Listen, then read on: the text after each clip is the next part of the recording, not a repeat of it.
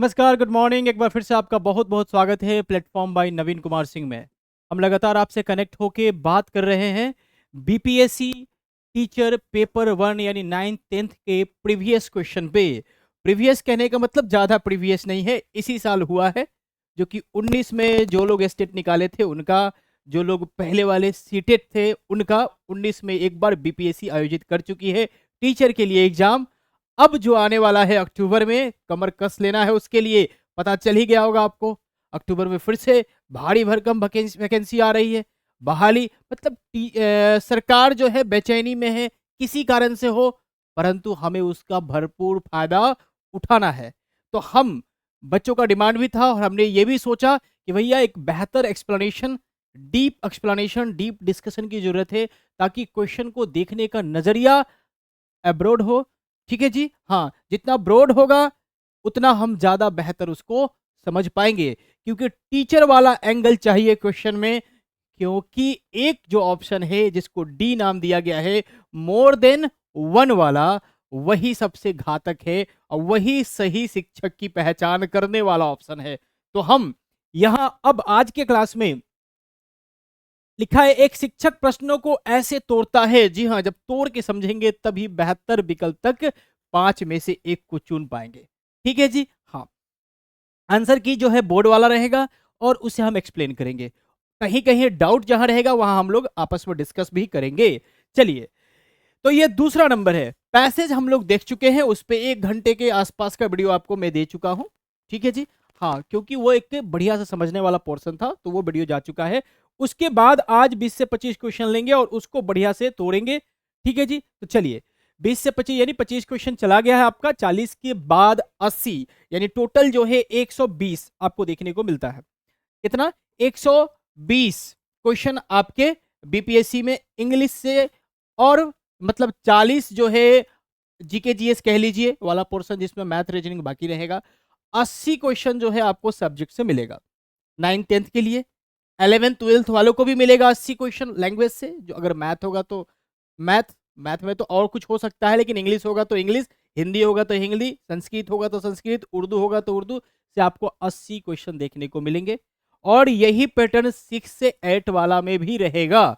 जी हाँ, उसका अभी तक एग्जाम तो हुआ नहीं है, लेकिन यही रहेगा, क्योंकि उसे भी पोस्ट ग्रेजुएट में ही माना जाता है। ठीक है जी, सॉरी, ग्रेजुएट टीचर ही माना जाता है। पोस्ट ग्रेजुएट तो हो गया आपका पीजी वाला, 11th 12th वाला। ठीक है, हाँ। तो इसमें 80 जो है आपका सब्जेक्ट से रहता है और 40 जो है बाकी रहता है, जिसमें मिक्स रहता है। तो 80 की बात हम कर रहे हैं और इंग्लिश पेपर की बात कर रहे हैं। ठीक है जी, चलिए, सकल सूरत से पहचान ही गए होंगे। ये जो चेहरा है आप पहचान ही गए होंगे मैं कौन हूं।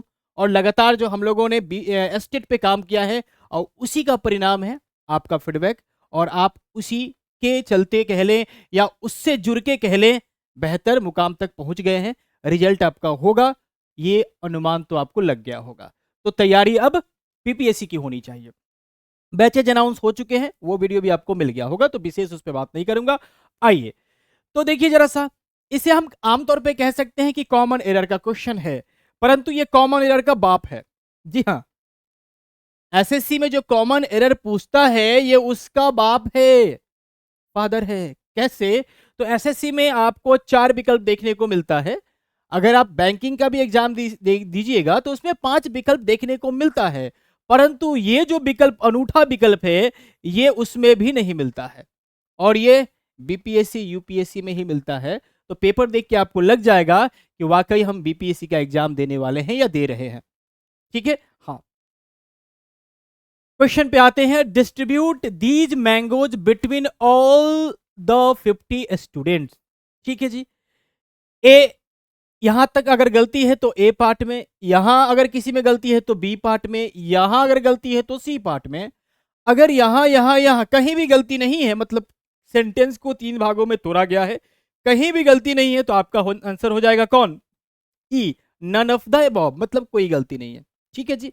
अगर आपको लगता है कि इसमें भी गलती है और कुछ गलती इसमें भी है, तो फिर आपका आंसर होगा डी, यानी more than one of the above. बोलिए, चैलेंजिंग है कि नहीं?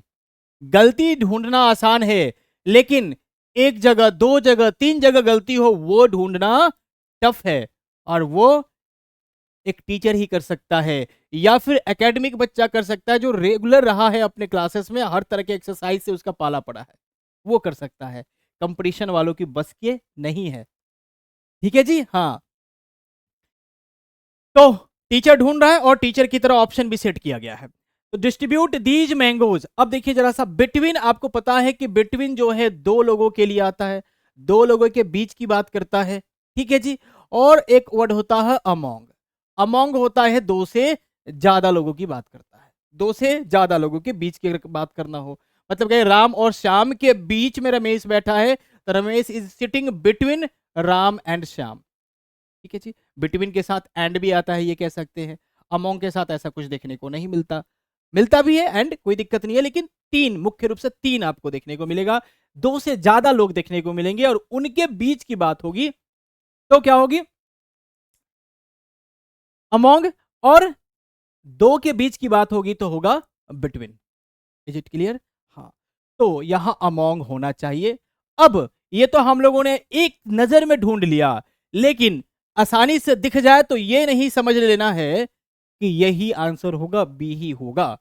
थोड़ा सा और मशक्कत करना होगा, चीजों को फिर से एक बार पढ़ना होगा। चलिए, डिस्ट्रीब्यूट से सेंटेंस शुरू किया, यानी V1 से किया है, मतलब हो सकता है सेंटेंस V1 से, क्योंकि V1 से शुरू होने वाले को हम इंपेरेटिव सेंटेंस कहते हैं और ये पॉसिबल है। यहां एक बार और इसको चेकआउट करते हैं। यहां जो है दीज डाला है और दीज के बाद मैंगोज होना चाहिए था, सो है। अगर बाय द वे यहां दीज के बाद मैंगोज नहीं डालता, या फिर मैंगोज से पहले यहां कर देता दिस, तो फिर मामला यहां भी गलती हो जाता, क्योंकि मैंगोज के हिसाब से यहां दीज चाहिए होता। ठीक है, तो हाँ, ठीक है। यहां तक बिटवीन डाला है, लेकिन यहां 50 स्टूडेंट्स की बात कर रहा है, इसलिए यहां बिटवीन नहीं होगा, क्या होगा जी, अमोंग होगा। तो एक गलती तो यहां आपको पता चल चुका है। ऑल द 50 कह रहा है, और ऑल लगाया है मतलब कि ज्यादा के लिए लगाया, और 50 है, ज्यादा भी है। अब दूसरी चीज क्या गलती हो सकती है कि 50 के बाद यहां बारीकी से स्टूडेंट करके छोड़ देता, एस नहीं लगाता, और बच्चे जो है बिटवीन देख के यही फंस जाते और 50 देखते लगता कि बहुत ज्यादा है, तो भाई बिटवीन नहीं अमोंग होना चाहिए, बी ठोक देते, और वो आंसर किसको लेके जाता, मोर देन वन को लेके जाता। कब, जब यहां केवल स्टूडेंट छोड़ देता तब। लेकिन क्वेश्चन में ऐसा नहीं है, इसलिए आंसर तो आपका बी ही होगा। आप कहेंगे सर बी तो दिख ही रहा था, इतना हवा बयार क्यों बनाया आप, तो हवा बयार इसलिए बनाया कि पॉसिबिलिटी कहां कहां है, इसका भी ध्यान रखना जरूरी है। समझे कि नहीं समझे? हाँ, समझ गए। ठीक है, मान के चलिए यही क्वेश्चन देता और यहां पर अमोंग डाल के दे देता है, क्या डाल के दे देता है, अमोंग डाल के दे देता है, और यहाँ 50 स्टूडेंट ना करके, स्टूडेंट्स ना करके स्टूडेंट कर देता है, तो फिर गलती कहां शिफ्ट हो जाएगा, वहां शिफ्ट हो जाएगा। यहां जो है दिस दीज ना करके दिस कर देता है, और कहता है कि भैया आप बनाओ डिस्ट्रीब्यूट दीस मैंगोज, बच्चा समझेगा नहीं, दिस नहीं दीज होगा, अमोंग द 50 स्टूडेंट। हाँ ठीक है भैया, यही गलती है, लड़का इसको मार लेगा, लेकिन यहां भी कर रखा है, इसलिए यहां ये भी गलती में जाएगा, ये भी गलती में जाएगा, तो ये होता, मतलब अगर उसे टफ बनाना है तो इसी क्वेश्चन को टफ बना सकता है। वो टफ नहीं बनाया है, परंतु आपका नजरिया उसको टफ बना देगा। टीचर वाला एंगल नहीं होगा, एक एक शब्द को ध्यान से दूसरे से कनेक्ट करके नहीं पढ़िएगा, क्योंकि ग्रामर में यही होता है ना, कोई भी शब्द अकेले स्वतंत्र नहीं आता, उसका कनेक्शन किसी ना किसी से रहता है। नाउन है तो डिटरमाइनर से उसका कनेक्शन होगा, सब्जेक्ट है तो वर्ब से उसका कनेक्शन होगा, समझ रहे हैं ना? तो वो कनेक्शन को, हाँ, प्रूफ करते हुए, उसको सत्यापित करते हुए आगे बढ़ना ही टीचर वाला एंगल है, और उसी की वो डिमांड कर रहा है। समझ गए? तो चलिए, आंसर तो यहां बी है, ज्यादा कुछ नहीं है उसमें। देखिए, हम डिस्कशन में टाइम दे रहे हैं, इसलिए दे रहे हैं क्योंकि आपका नजरिया डेवलप हो, ताकि जब मैं बैचेज ला रहा हूं और उसमें आप हमसे जुड़ रहे हैं, तो प्रैक्टिस जब मैं करवाऊं तो वो नजरिया आपका बना रहना चाहिए।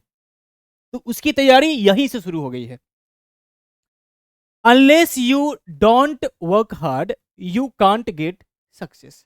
देखिए जरा सा, अनलेस, अनटिल, ध्यान दीजिएगा, और एक वर्ड होता है LEST, लिस्ट, LEST लेस्ट पढ़िए।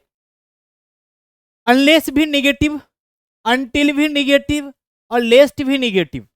अर्थ क्या होता है, अनलेस जब तक नहीं, अनटिल सॉरी अनलेस यदि नहीं, यदि नहीं यानी कंडीशन के लिए, जब तक नहीं अनटिल, और लेस्ट मतलब होता है कहीं ऐसा ना हो कि, जी हाँ, कहीं ऐसा ना हो कि, यानी कुल मिला के ये तीनों वर्ड जो है निगेटिव सेंस रखता है। कौन सा जी? निगेटिव सेंस रखता है, नकारात्मक सेंस रखता है। तो एक नकारात्मक सेंस रखने वाले वर्ड के पार्ट में, या फिर जिस हिस्से में हो उस क्लाउज में, जिस सेंटेंस में हो उस सेंटेंस में, हम दूसरा नोट नहीं लाएंगे, दूसरा निगेटिव वर्ड नहीं लाएंगे। क्या समझा आपने? यानी इनके साथ हमको एनओटी नोट का प्रयोग नहीं करना है। अब नोट ये डोंट के साथ भी चिपका है तब भी नोट है, ये भी ध्यान में रखना होगा। स्वतंत्र नोट ना रह के किसी के साथ चिपका भी रह सकता है ऑक्सिलरी वर्ब के साथ, तो किसी के साथ चिपका हो या स्वतंत्र हो, यहाँ डू नोट ऐसे भी रहता तब भी हम नोट नहीं लाते। समझ में आया? हाँ, मतलब ये हुआ कि अनलेस अनटिल लेस्ट के साथ हमको नोट का प्रयोग नहीं करना होता है। जैसे अगर कहते हैं walk, walk carefully, walk carefully, संभल कर चलो, कहीं ऐसा ना हो, कहीं ऐसा ना हो, लेस्ट you should not fall down, लेस्ट you should not fall down. अब बताइए जरा सा, सही है जी? नहीं, सही नहीं है, क्योंकि लेस्ट आ गया तो इसका मतलब ही हो गया कि कहीं ऐसा ना होगी, तब होना चाहिए यू शुड फॉल डाउन, ना कि नोट यहां लगना चाहिए। समझ में आया? जी हाँ, ये जिसके साथ लगा है ये पार्ट अलग है, और ये जिसके साथ लगा है उस सेंटेंस में नहीं होना चाहिए। तो ये जिसके साथ लगा है इस सेंटेंस में नहीं होना चाहिए, यहां नोट नहीं होना चाहिए। तो क्या होता जी? तो जब नोट हटता तो यहां डू भी हटेगा, क्योंकि निगेटिव बनाने के लिए हम प्रेजेंट इंडेफिनिट में डू या डज, पास्ट इंडेफिनिट में डिड लाते हैं। तो जब नोट हटेगा तो ये भी हटेगा, तो सीधा होता अनलेस यू वर्क हार्ड, ये पूरा का पूरा हटेगा। वो हटेगा सटेगा उसकी डिमांड नहीं कर रहा, वो आपसे एक्सप्लेनेशन लिखने को नहीं कर रहा, लेकिन यहां तो गलती है, ये तो आपने पकड़ लिया ए नंबर में, वर्क हार्ड। अब देखिए, you can't get success, you can't get success. अब देखिएगा जरा सा, यहां निगेटिव है तो यहां से कोई दिक्कत नहीं है। मैं कह रहा हूं कि जिस पार्ट में रहेगा उस पार्ट में निगेटिव नहीं होना चाहिए।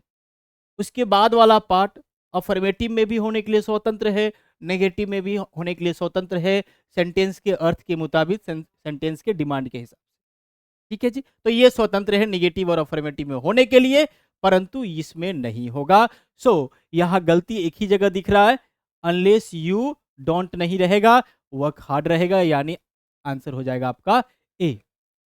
बोलिए, कोई दिक्कत, कोई परेशानी? कोई दिक्कत नहीं है। ठीक है जी? हाँ, अगर अगर मान के चलिए, अगर मान के चलिए कि यहां भी कुछ कर देता, unless you don't work hard you can't get succeed, you can't get succeed. जब तक आप कठिन मेहनत नहीं करते हैं, यदि आप कठिन मेहनत नहीं करते हैं, मतलब कंडीशन है आप सफल नहीं होंगे। ठीक है जी? अगर यहां से नोट हटा देता सपोज,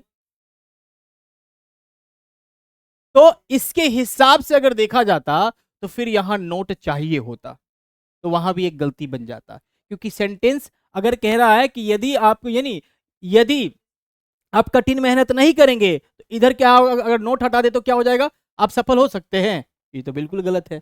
कठिन मेहनत नहीं करेंगे तो सफल कैसे हो सकते हैं? सफल नहीं हो सकते हैं। तो यहाँ नोट की जरूरत है सेंटेंस के हिसाब से, और ये अलग पार्ट है, तो इस पार्ट में हम नोट लगा भी सकते हैं, नहीं भी लगा सकते हैं, सेंटेंस के डिमांड के हिसाब से। तो इसमें नोट चाहिए था, इसलिए है। अगर नहीं लगाते तो गलती हो जाता, अर्थ फुलफिल नहीं होता। ठीक है जी? हाँ, आमतौर पे जो गेट होता है ना, अपने साथ V3 लेके आता है, या फिर कोई नाउन लेके आता है, या फिर कोई एडजेक्टिव लेके आता है। ध्यान दीजिएगा, क्या समझा आपने? या वर्ब लेगा तो वो आमतौर पे V3 लेता है, या फिर नाउन लेता है, या फिर एडजेक्टिव लेता है। तो ये जो है सक्सेस जो है यहाँ नाउन है, सक्सेस यानी सफलता। अगर इसका वर्ब रहता, सक्सीड रहता, ध्यान दीजिएगा, तो सक्सीडेड होता, वो अलग अर्थ आता, लेकिन अलग सेंटेंस का फॉर्मेशन होता। मैं उसकी बात नहीं कर रहा, गेट पे प्रॉपर काम कर रहा हूं कि गेट अपने बाद V3 लेके आता है पैसिव बनाने के लिए। अक्सर गेट के बाद V3 आता है अगर वर्ब आता है तो, नहीं तो फिर नाउन या एडजेक्टिव आ सकता है। सो यहाँ सक्सेस नाउन है तो दिक्कत नहीं है, सही है। लेकिन अगर यहाँ वर्ब कोई डाल दे, सेंटेंस इधर कुछ अलग रहता, लेकिन गेट के बाद यदि वर्ब डालना होता तो वो V3 होता है। क्या समझे आपने? V3 होता है, जो कि पैसिव रोल क्रिएट करता है, पैसिव सेंस देता है। ठीक है जी। हाँ, तो एंगल में आपका डेवलप कर रहा हूँ, थोड़ा सा कॉन्सेप्ट भी यहाँ बताते चल रहा हूँ। आज ये जरा सा, तो इसमें आंसर तो हो जाएगा ए नंबर। ठीक है जी। चलिए आज ये जरा सा 58 में, start early लेस्ट you should miss the train. अब देखिए, स्टार्ट अर्ली मतलब पहले ही चल दो, पहले ही प्रस्थान कर दो। लेस्ट आ गया ना जी, अभी उधर बताया, यहां आ गया you should miss the train, नहीं तो तुम क्या होगा जी, मिस कर दोगे ट्रेन। यू शुड मिस कर दोगे ट्रेन। तो अब बताइए, लेस्ट के साथ हमने कहा कि नोट नहीं डालेंगे और नोट यहां है नहीं। अब बताइए जरा सा, सेंटेंस सही की गलत, सेंटेंस सही की गलत। अब क्या है ना कि ऐसे सेंटेंस देख के कुछ बच्चे तो ये मार के आए हैं, डेफिनेटली मारे होंगे, जो मेरे संपर्क में एक दो मार दिए हैं, उनका डिस्कशन आया था तो पता चला कि सर हम लोग को ये पता था कि नोट नहीं लगता है, लेकिन ये सेंटेंस देखने के बाद लगा कि लिस्ट कहीं नोट लेता तो नहीं है। ऐसे ऐसे भी कंफ्यूजन हो जाते हैं, कहीं लेता तो नहीं है, क्योंकि दिमाग में ये बना रहता है ना कि भैया अगर सेंटेंस दिया है तो कहीं ना कहीं गलती होगा, लेकिन ये जरूरी नहीं है। ये ऑप्शन की भी भूमिका उतना ही है, इसकी भी अगर हिस्सा लगाया जाए तो इसका भी शेयर उतना ही है जितना ए का है, बी का है, सी का है और डी का है। समझ रहे हैं ना? हाँ, इसको भी कम नहीं आंकना है।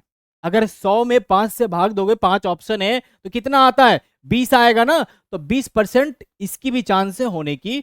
अगर आप कह रहे हैं कि इसका चांस है होने का 20%, तो इसका भी चांस 20% है। इसलिए नो एरर कह ले या नन ऑफ दीज भी आंसर के लिए जाएगा, जब कहीं गलती नहीं होगा और उसे बढ़िया से परखने के बाद, सभी रूल को अप्लाई करने के बाद कि लिस्ट अपने बाद नोट नहीं लेता है तो नहीं है, तो ठीक है। और ऐसे सेंटेंसेस में खासकर हम शुड का प्रयोग करते हैं। किसका प्रयोग करते हैं जी? खासकर शुड का प्रयोग किया जाता है।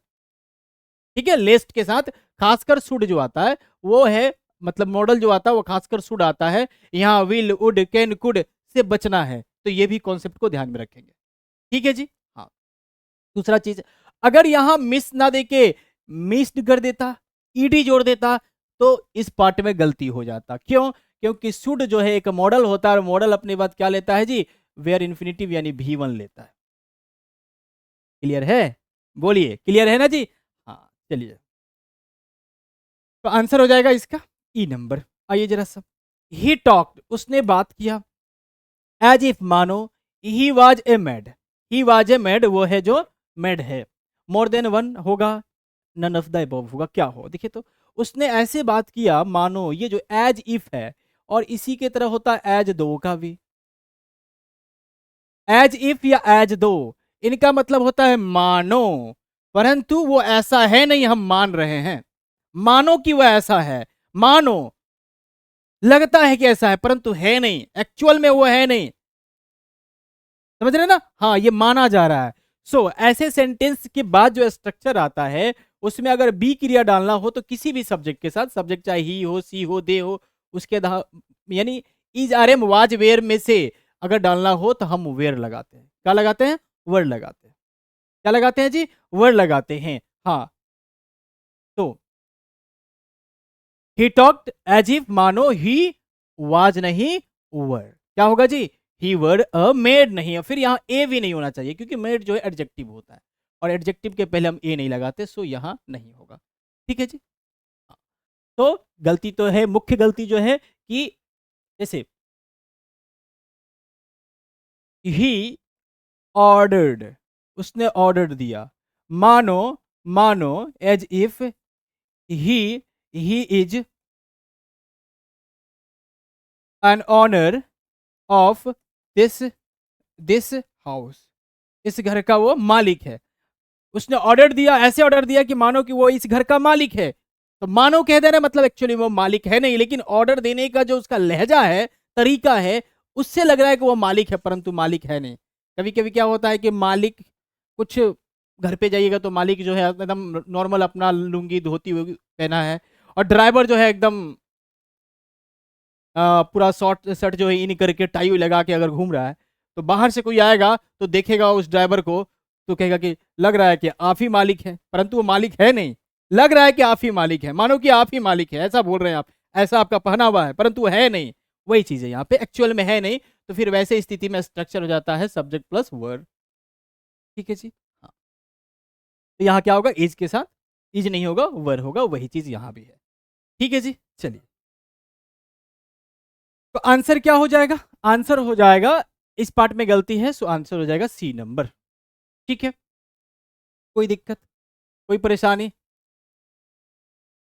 यहां देखिए एक और चीज, यहां जो है इस पार्ट में, इस पार्ट में ही से ही टॉक्स भी हो सकता है, ही टॉक्स भी हो सकता है, इससे कोई दिक्कत नहीं है। वो बोलता है ऐसे मानो कि वो पागल है, तब भी वो ऐसे बोला मानो कि वो पागल है या पागल था, तब भी हम यहाँ वेर ही लगाएंगे, ये वेर ही लगाएंगे, और यहाँ जो है आवश्यकता अनुसार चेंजेस हो सकते हैं, इसलिए यहाँ आपको दिक्कत महसूस नहीं करना, ये सही है।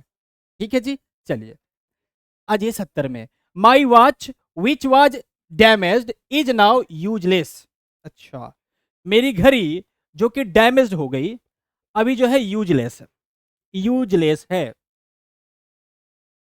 अब देखिए तो जरा सा, मेरी घड़ी जो कि डैमेज्ड हो गई अभी यूजलेस है, कहीं एरर दिख रहा है। माई वॉच विच किसके लिए आया है, वॉच के लिए आया है। वाज क्योंकि वॉच सिंगुलर है तो वाज, डैमेज जो कि डैमेज हो गई थी या डैमेज थी, अभी जो है वो बेकार है, क्योंकि डैमेज थी तो बेकार है। ठीक, इज नाउ यूजलेस, कहीं एरर नहीं है, कहीं एरर नहीं है, तो नन ऑफ द अबव होगा। क्या होगा जी, नन ऑफ द अबव होगा 70 में। बोलिए, कोई परेशानी, कोई दिक्कत? थोड़ा सा पानी ले लेते हैं।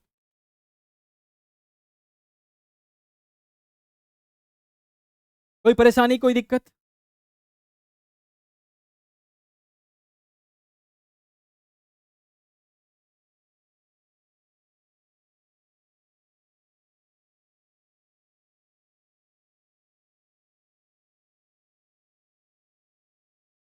चलिए आ जाइए जरा सा। अब पॉसिबिलिटी इसमें क्या क्या चीज की हो सकती है, देखिए जैसे पॉसिबिलिटी हो सकती है इसमें, तो नो एरर है, ये तो आपको पता चल गया। यहां अगर वर्ड दे देता तो यहां सिंगुलर ठहरा, वर्ड कैसे होता, नहीं होता, समझ रहे ना। फिर यहां अगर आर दे देता तो पॉसिबल है, my watch which was damage जो कि डैमेज थी, आर यूजलेस नाउ, पहले वो सिंगुलर था प्लूरल हो जाएगा, क्योंकि ये वर्ब भी इसी के लिए आया है और ये वर्ब भी इसी के लिए आया है, समझ रहे ना। हाँ, सब्जेक्ट माई वॉच ही है, यानी वॉच ही है, सिंगुलर है, वर्ब भी नहीं हो सकता है, आर भी नहीं हो सकता है। क्लियर, कोई दिक्कत, कोई परेशानी? अब एक और चीज, अब वॉच है और यहां अगर कह देता हूं तो ये भी गलती हो जाता है, क्योंकि रिलेटिव प्रोनाउन वस्तु के लिए विच आता है और व्यक्ति के लिए हु आता है। एक दैट भी होता है जो कि कॉमन होता है, व्यक्ति के लिए भी आता है, वस्तु के लिए भी आता है, तो ये तो अलग चीज हो गया। लेकिन विच और हु में से अगर यहाँ व्यक्ति रहता, कोई पर्सन रहता तो हु होता, वाच क्या है, वस्तु है, इसलिए विच है। सो हर एंगल से देखा जाए तो ये जो है सही है, तो आंसर क्या होगा। चलिए आगे बढ़िए, 70 के बाद वाले क्वेश्चन पे आइए, 71 पे आइए। 71 कह रहा है सी आउट टू हैव ओबे हर पेरेंट्स।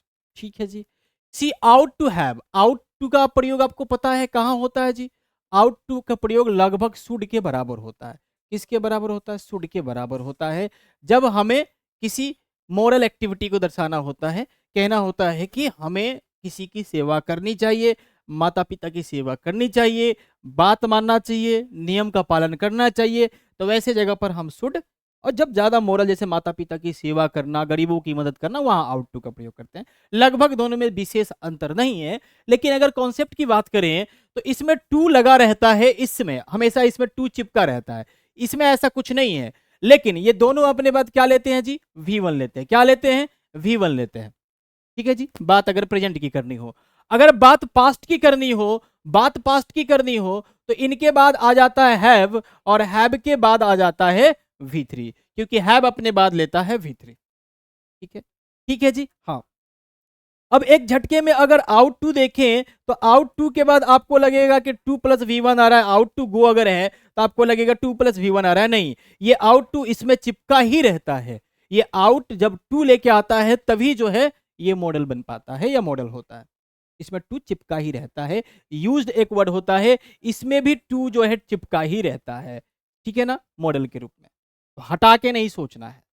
ठीक है, हाँ, अब चूंकि चिपका ही रहता है तो ओवरऑल क्या आ रहा है उसके बाद V1 आ रहा है, ठीक है ना। तो इस V1 को इससे कनेक्ट करके नहीं सोचना है कि इसके बाद 2 + V1 आता है, नहीं, वो V1 ही है। ठीक है। अब जब इसका, ये तो है प्रेजेंट की बात, अगर इसका पास्ट बनाना है तो हैव और फिर उसके बाद V3 डालना पड़ता है। तो देखिए, सी आउट टू हैव ओबे नहीं, हैव ओबेड होना चाहिए।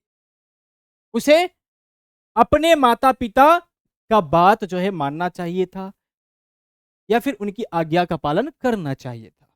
ठीक है, जो कि की नहीं होगी इसलिए ऐसा कहा जा रहा है। ठीक है। हाँ, तो हैव के बाद V3। कोई दिक्कत, कोई परेशानी? अब एक और चीज हो सकता है, कुछ लोग कहेंगे सर हैव को हटा नहीं सकते क्या, इसको V3 करने से अच्छा है कि हैव को हटा दीजिए। तो कोई दिक्कत नहीं है, हैव हट भी जाएगा। ओवरऑल किस पार्ट में गलती है? बी पार्ट में गलती है। ओवरऑल किस पार्ट में गलती है? तो बी पार्ट में गलती है।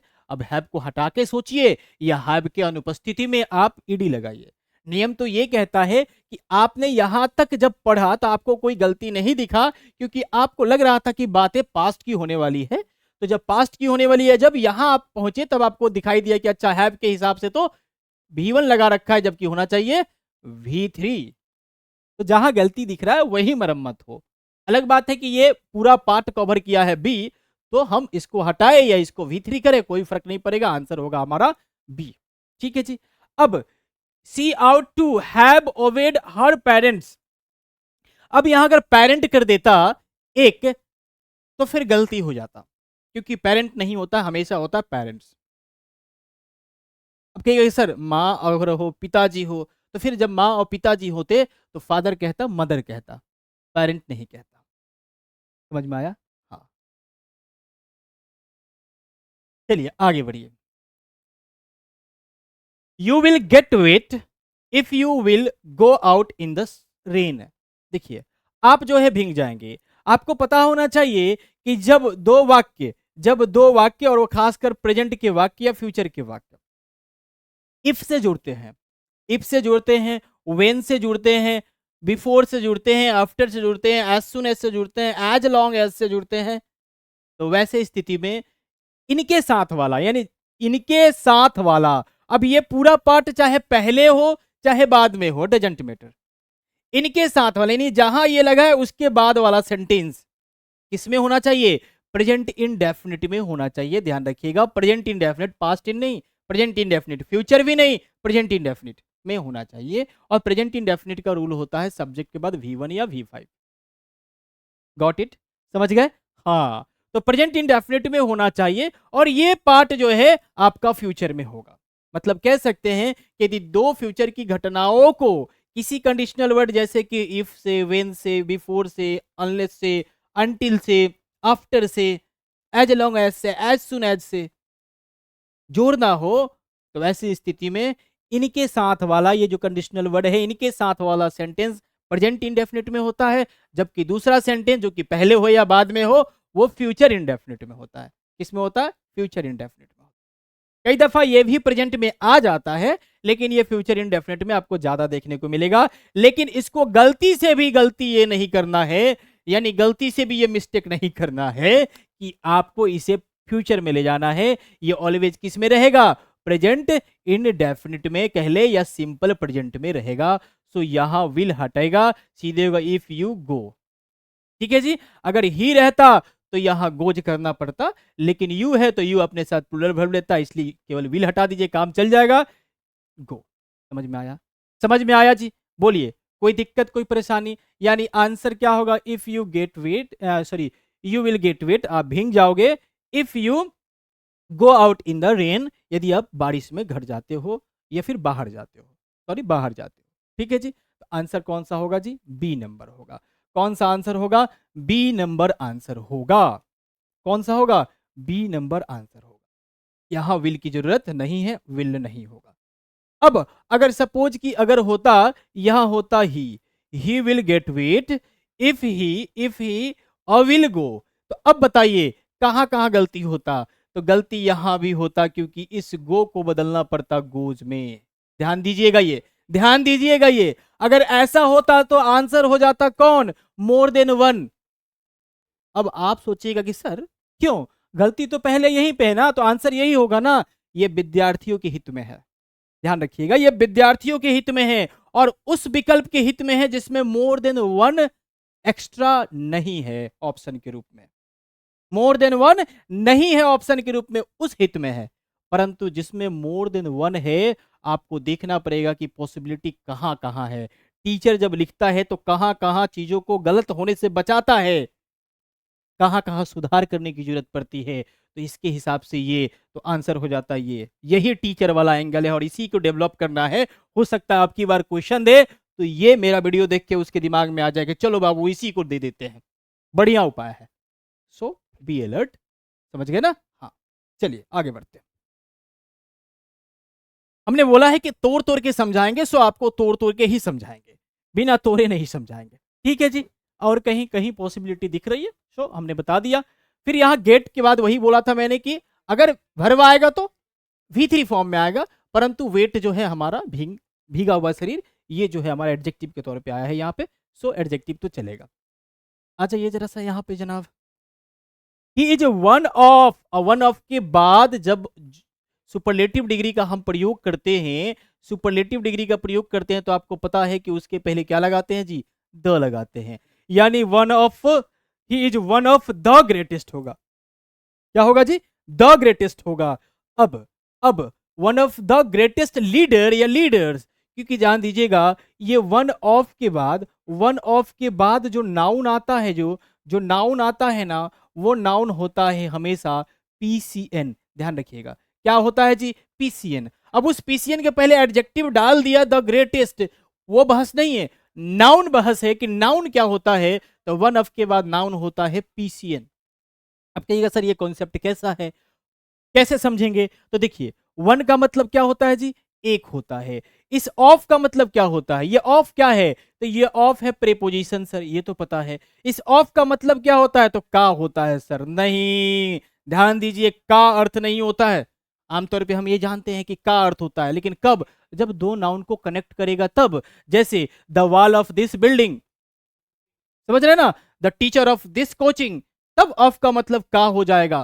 परंतु जब जब वन के साथ, इच के साथ, एवरी के साथ, आइदर के साथ, नाइदर के साथ, एनीवन के साथ, एवरीवन के साथ जब ऑफ आएगा तब उसका अर्थ होता है में से, ध्यान देखिएगा, में से यानी आउट ऑफ का सेंस देता है, में से।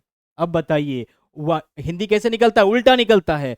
तो में से एक, में से एक, तो बताइए एक से ज्यादा में से एक की बात की जाएगी या एक में से एक की बात की जाएगी?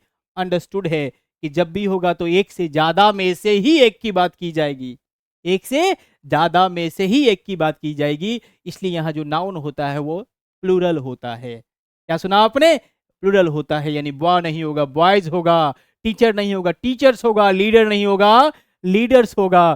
तो बोलिए जनाब कितना जगह गलती, बी में भी गलती, सी में भी गलती, आंसर कौन, more than one of the above. बोलिए कोई गलत, कोई सही, मतलब समझ रहे हैं ना, कुछ दिक्कत तो नहीं होनी चाहिए। देखिए खासकर ये वीडियो रिकॉर्डेड इसलिए बना रहा हूं ना क्योंकि समय बहुत कम है आपके पास, जो है सो एकदम बढ़िया से पढ़ना है बिना इधर उधर के झंझट में फंसे, इसलिए रिकॉर्डेड वीडियो है, ठीक है जी। चलिए अब और कहीं तो नहीं है ना, एक बार और जज कर लीजिए। ही इज वन ऑफ, ठीक है यहां तक द ग्रेटेस्ट कर ही लिया, लीडर्स कर ही लिया, ऑफ माई कंट्री, कोई दिक्कत नहीं है, कोई दिक्कत नहीं है, ठीक है जी। हाँ तो हो जाएगा डी। आ जाइए जरा सा, आ जाइए जरा सा यहाँ पे, नाइदर कहिए नीदर कहिए दोनों उच्चारण चलता है, तो नाइदर यू नॉर ही। देखिए नाइदर से आपको पता है कि दो नाउन दो प्रोनाउन को हम जोड़ सकते हैं, दो एडजेक्टिव को भी जोड़ सकते हैं, दो कंजंक्शन को भी जोड़ सकते हैं, कोई दिक्कत नहीं है। क्योंकि ये कंजंक्शन होता है, जोड़ने का काम करता है, किसी को जोड़े, जब भी जोड़ेगा तो दो इक्वल रेंज वाले को जोड़ेगा, दो नाउन को दो प्रोनाउन को या फिर नाउन प्रोनाउन को जोड़ सकता है, क्योंकि ये दोनों चचेरा में मेरा भाई ही है। दो एडजेक्टिव को जोड़ेगा, दो एडवर्ब को जोड़ सकता है, दो प्रीपोजिशन दो कंजंक्शन, यानी सेम पार्ट्स ऑफ स्पीच को। तो नाइदर यू, ठीक है, नोर ही, यहां तक तो कोई दिक्कत नहीं है क्योंकि यू और ही को नाइदर ने जोड़ रखा है, ही और ही को जोड़, यू और ही को जोड़ रखा है, कोई दिक्कत नहीं है, कोई परेशानी नहीं है। तो नाइदर यू नॉर ही। अब आगे देखिए, अब आगे देखिए, आर, आर। अब रूल कहता है कि जब नाइदर, नाइदर नॉर से, क्या कहा जी, नाइदर या नीदर नॉर से, बीच में कुछ आए फिर नोर आए, आइदर बीच में आए फिर और आए, या फिर और से, या फिर not only but also say, not only dot dot dot but also say, यानी इन चारों को ध्यान रखिएगा। अगर इनसे दो नाउन दो प्रोनाउन जुड़ता है, सब्जेक्ट वाले पार्ट में रहता है, सब्जेक्ट बनने का काम करता है, तो उसके बाद आने वाला वर्ब जो होगा नजदीक वाले सब्जेक्ट के हिसाब से होगा। किसके हिसाब से होगा? नजदीक वाले सब्जेक्ट के हिसाब से होगा, बाद वाला या पहले वाला नहीं, नजदीक वाला, मतलब उस वर्ब के नजदीक जो होगा उसके हिसाब से होगा। अब कहिएगा सर ये तो कैसे होगा? कैसे नहीं होगा, ऐसा ही होगा। मान के चलिए कि अब मैं कहता कि बाद वाला, तो बाद वाला क्या होता है? तो बाद वाला अब ये भी हो सकता है कि नाइदर नाइदर अपने साथ एक और नोड लेके चला है, एक और नोड लेके चला है, पॉसिबिलिटी इसकी भी है। तीन प्रोनाउन को, तीन नाउन को जोड़े, नाइदर रमेश नोर हिज फ्रेंड नोर हिज फैमिली, या फिर हिज फादर। तब क्या होगा भर्ब? अब क्या होगा भर्ब? वैसे में फादर के हिसाब से होगा, क्योंकि लास्ट में फादर जुड़े हैं और वही भर्ब के करीब है। समझ में आया कुछ? हाँ, इसीलिए बोला कि नजदीक वाले के हिसाब से, दूर वाले के हिसाब से नहीं, नजदीक वाले के हिसाब से लगेगा, यानी नियर वाले के हिसाब से लगेगा।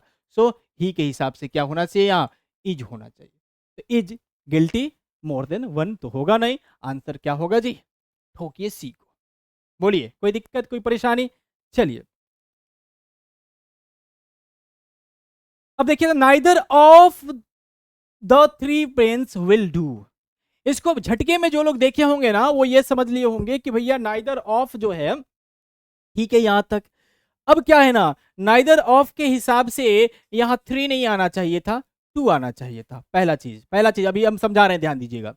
कुछ लोग सोचेंगे कि सर थ्री के हिसाब से नाइदर के जगह पर क्या लगा दिया जाए? नन लगा दिया जाए, तो ये भी सही है। एसएससी तो यही करता है, एसएससी में तो यही होता है कि अगर यहां दो से अधिक की बात हो रही है, दो से अधिक लोग हैं, दो से अधिक वस्तु है काउंटेबल फॉर्म में, दो से अधिक नजर आ रहा है, यानी 3 4 5 10 20 जितना भी हो, तो वैसे स्थिति में हम नन का प्रयोग करते हैं। किसका प्रयोग करते हैं? नन का प्रयोग करते हैं, क्योंकि ग्रामर ये चिल्ला चिल्ला के कहता है कि नाइदर का मतलब होता है दो में से कोई नहीं, आइदर का मतलब होता है दो में से कोई एक। जब दो से ज्यादा में से कोई एक की बात करनी हो, तो वैसे स्थिति में हम एनी का प्रयोग करते हैं, या फिर एनी वन का प्रयोग करते हैं। किसके जगह पर? आइदर की जगह पर, जब दो से ज्यादा में से एक की बात करनी हो। अगर उसके निगेटिव वे में जाए, यानी निगेटिव सेंस की बात करें, तो नाइदर का प्रयोग हम करते हैं जब दो में से कोई भी नहीं, मतलब दो है उनमें से कोई नहीं की बात करनी हो, तब हम करते हैं नाइदर। अगर दो से ज्यादा में से कोई नहीं की बात करनी हो, तब हम करते हैं नन। ये नियम तो आपको पता है, और इसी नियम के हिसाब से यहां लोग जो है कहे होंगे कि नाइदर नहीं होगा, नन होगा, आंसर होगा ए। परंतु ध्यान दीजिए, फिर मैं कह रहा हूं ये टीचर वाला एंगल, टीचर वाला एंगल। टीचर क्या करेगा जी? तो नाइदर ऑफ द जब लिखेंगे आप, एग्जाम्पल मान लीजिए आप क्लासरूम में बच्चे को एग्जाम्पल दे रहे हैं, तो आप यहां जब थ्री लिख दीजिएगा, तो आप कहेंगे नहीं थ्री, जब नाइदर लिखे तो थ्री थोड़े टू लिखेंगे, मतलब आप थ्री लिख के थ्री पेन्स लिख के और फिर काट दीजिएगा, कहेगी ना टू ना लिखना चाहिए था। अब देखिए, आपका मकसद इसको इसको समझाना है, तो आपने टू लिखा, थ्री नहीं लिखा। अगर आपको यह समझाना हो कि नाइदर के साथ हम टू लगाएंगे, थ्री नहीं लगाएंगे, तो फिर तो थ्री लिख के और गलती करके टू लगाइएगा। मतलब यह हुआ कि अगर टीचर के दृष्टिकोण से देखें तो गलती दोनों जगह है, गलती दोनों जगह है। यहां नन लगा देंगे तो सुधार तो हो जाएगा, लेकिन अगर नाइदर ही छोड़ दिया जाए तो यहां क्या होगा? टू होगा। ऐसे तो बेस्ट आंसर ए होना चाहिए, लेकिन ये जो ऑप्शन दे रखा है, इसको अगर जस्टिफाई किया जाए कोर्ट में, तो वो उनके पास ये तर्क होगा प्रॉपर कि हम ठीक है, यहां तक आप क्वेश्चन जब पढ़ते हैं तो आप पढ़ के यहां तक आए, ठीक है भैया, नाइदर ऑफ द।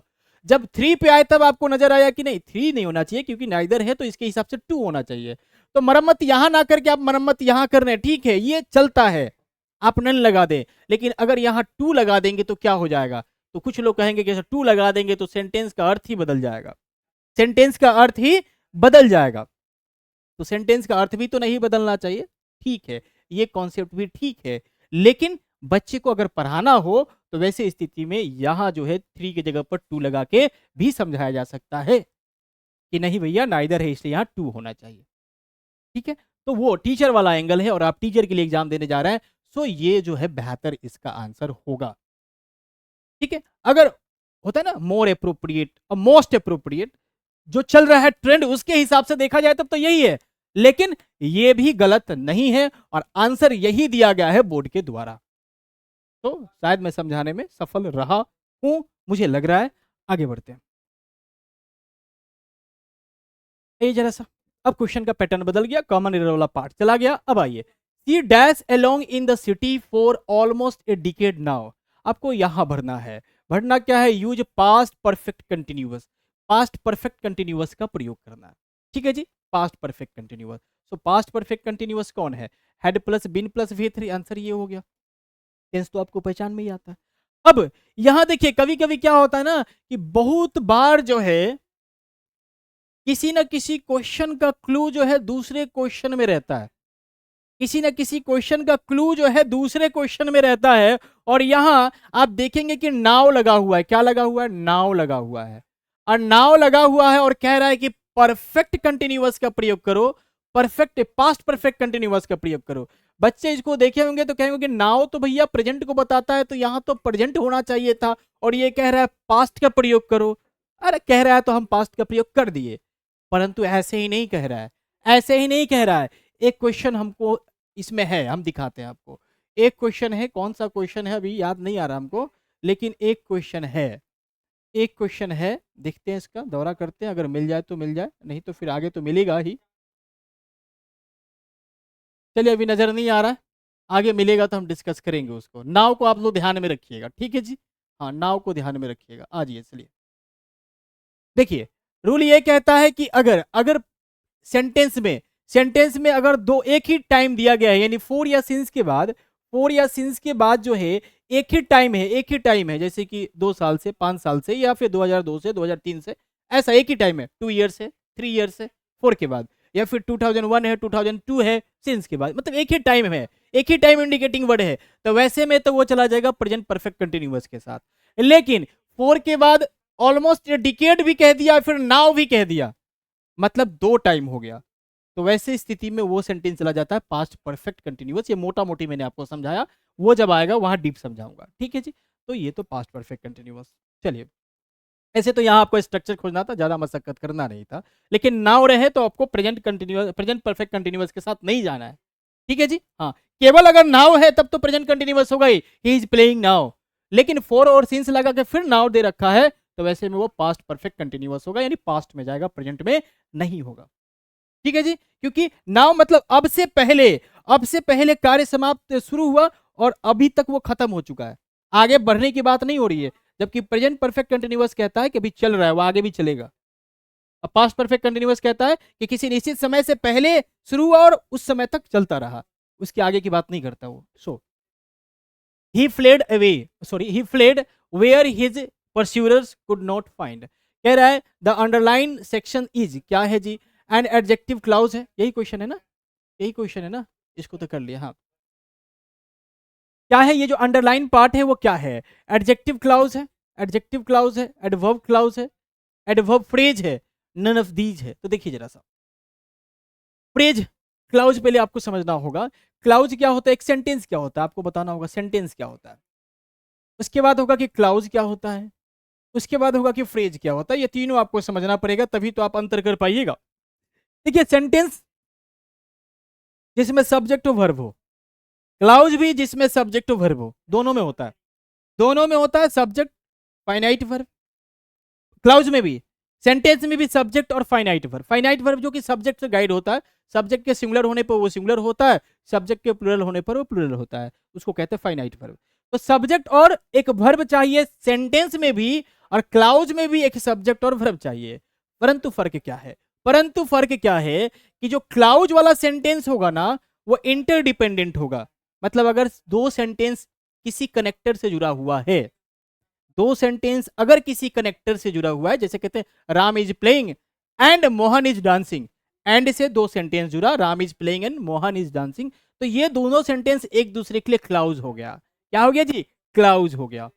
दोनों प्रिंसिपल क्लाउज ही है, मतलब दोनों अगर देखें तो मुख्य, दोनों अलग अलग कर दे एंड को हटा के तो दोनों सेंटेंस है।